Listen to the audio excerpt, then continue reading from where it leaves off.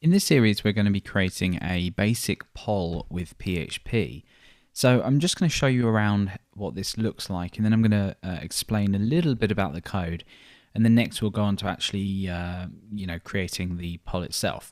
So here you can see I've got two polls already set up. Now these are set up in my database. You can see here that we've got an ID, a question, and a start and an end date, which mean you can actually control the start and the end date for the poll. The question's obvious, it's just displayed here on the page. So now I'm currently logged in as user 1. Now we're not going to be talking about user authentication in this series because it's kind of a waste of time just to explain the functionality of a poll. So for now what we're doing is we're starting sessions in PHP. If you don't understand what these are, we'll be looking into it. And then we are creating or assigning the value 1 to this user ID key in our session superglobal. All that means is that we're pretending that we're signed in as user with the ID of 1. You may already have some kind of authentication system, and I'm just going to assume I'm signed in as user 1, which would obviously be the unique ID assigned to each user. So if we were to create another user, it would look like that. So we could also sign in as Billy. So the questions are displayed here. We've got two poll options. You can see that if we actually go back to polls and we change one of these, so for example, if this one ended on the 22nd of the 8th month, then that one wouldn't be displayed. So we have control over what we can actually display here. Let's just change that back and head over here.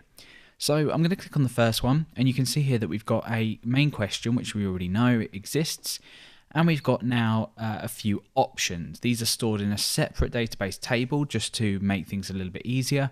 And a user can click on either one of these options and they can hit submit answer. So as soon as I do this, it's going to present me with a different view, and that's going to be a total percentage of all of the user's answers. So for example, if I chose the first option here, you can obviously see that it gives us a little confirmation. You've completed the poll, thank you. And then we've got the first option as 100%, which is obvious. I'm the only user that's voted on this poll, and the other two are at 0%, obviously. So let's actually take a look inside poll answers here. You can see that's been logged as well as the choices here. We'll obviously be going over this later. Let's go ahead and sign in as user 2.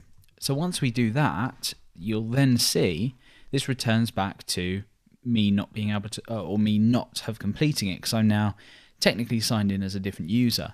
So if I now choose the second option, that's obviously going to split the first and the second option at 50-50, and so on and so forth. So however many people vote, you'll see the percentages. So this is a really short, easy, simple, but effective way to allow you to create a poll.